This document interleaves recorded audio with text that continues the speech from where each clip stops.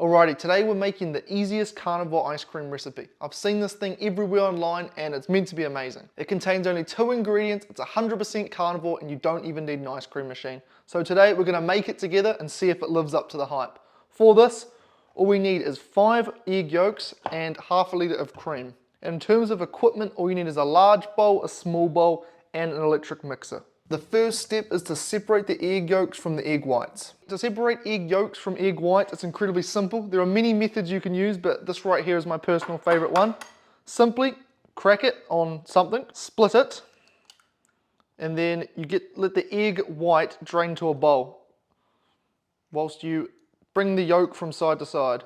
As the egg white drains off, oh, I've nicked my yolk ever so slightly, but it's all right. Then egg yolk in the bowl you're using. Egg white nicely drains itself. Now you just got to repeat that with all 5. Alrighty, so now we have our 5 egg yolks in one bowl. I don't know if you can see that. Hopefully you can't, because one of them may or may not be a little bit, everywhere. Then we have the egg whites in the other bowl. Alrighty, now the next and basically final step is, I told you it's the easiest ice cream in the world, is to pour the cream into the egg yolks. Now ideally this cream would be unpasteurized, simply because when dairy is pasteurized, it's heated to high temperatures to keep it shelf stable for longer, kill the bad bacteria, quote unquote, but in doing so it actually denatures some of the proteins, which can make them slightly inflammatory. So ideally if you have access to it, raw cream's great, but in many places of the world, including where I'm from, you can't get raw dairy. So pasteurized dairy just will have to do. Anyway, half a litre of cream into the egg yolks. Righto, now all the ingredients are used, all we have to do is mix this thing up. Me personally, I've opted for an electric mixer simply because it's just, faster and easier. If you're really about it, you can mix this by hand, but yeah, we'll take a little bit longer. So let's get to mixing. Move everything out the way. Now, depending on how strict you are with carnivore, you could add some vanilla essence to it. I'm sure that'd taste pretty good, but me personally, I'm just gonna have these 2.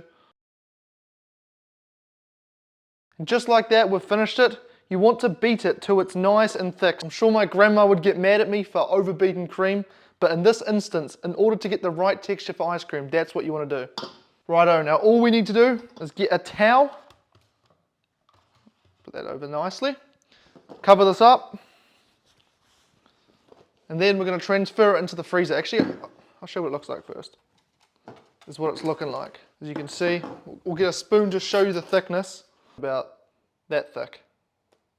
Perfect. Cover it up nicely like that. Then we're going to transfer it into the freezer for 1 hour. Voila. Easy as you like. See you in an hour's time.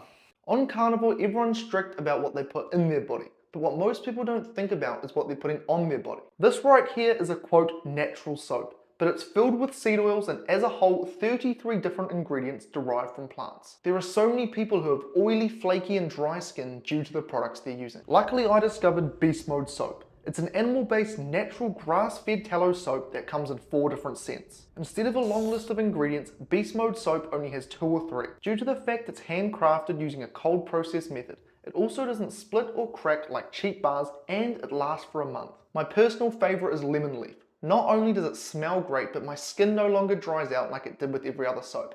I like the soap so much, I actually reached out to them to partner up. So if you head over to beastmodesoap.com and use code MAX10, you'll get 10% off your order. Thanks again to Beast Mode Soap for making videos like these possible.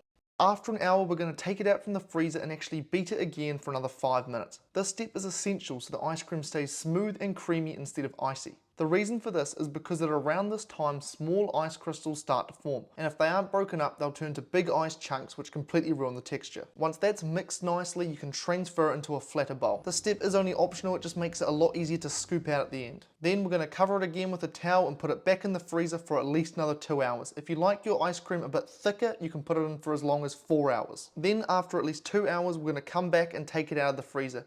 And just like that, we have the final product, carnivore ice cream. And you know what? I'm just going to shut up and play some peaceful music so we can all appreciate just how beautiful this looks.